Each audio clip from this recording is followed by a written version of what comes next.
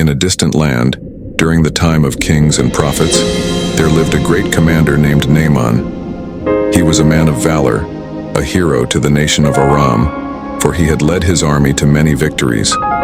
Yet, despite his power and honor, Namaan carried a heavy burden. He suffered from leprosy, a disease that brought pain and isolation. In Naaman's household was a young girl, a captive from Israel.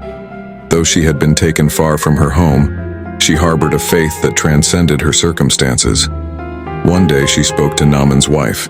"If only my master would see the prophet who is in Samaria, he would cure him of his leprosy."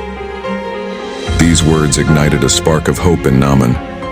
With the blessing of the king of Aram, he set out for Israel, bearing gifts of gold, silver, and fine clothing, seeking healing from the prophet of God. Naaman stands at the doorway of Elisha's house, his chariot and servants waiting behind him.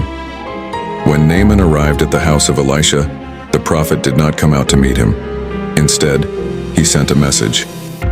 "Go, wash yourself 7 times in the Jordan River, and your flesh will be restored, and you will be cleansed." But Naaman was furious. He had expected a grand display, a miracle worthy of his stature. "I thought he would surely come out to me, stand and call on the name of his God, wave his hand over the spot, and cure me. Are not the rivers of Damascus better than all the waters of Israel?" In his pride, Naaman turned away, ready to abandon the journey.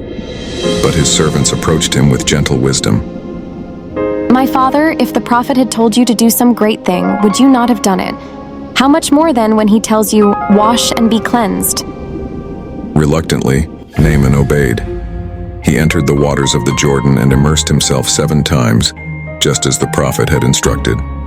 On the 7th dip he emerged, his skin renewed, clean like that of a young boy. Overwhelmed with joy, Naaman returned to Elisha, declaring his newfound faith.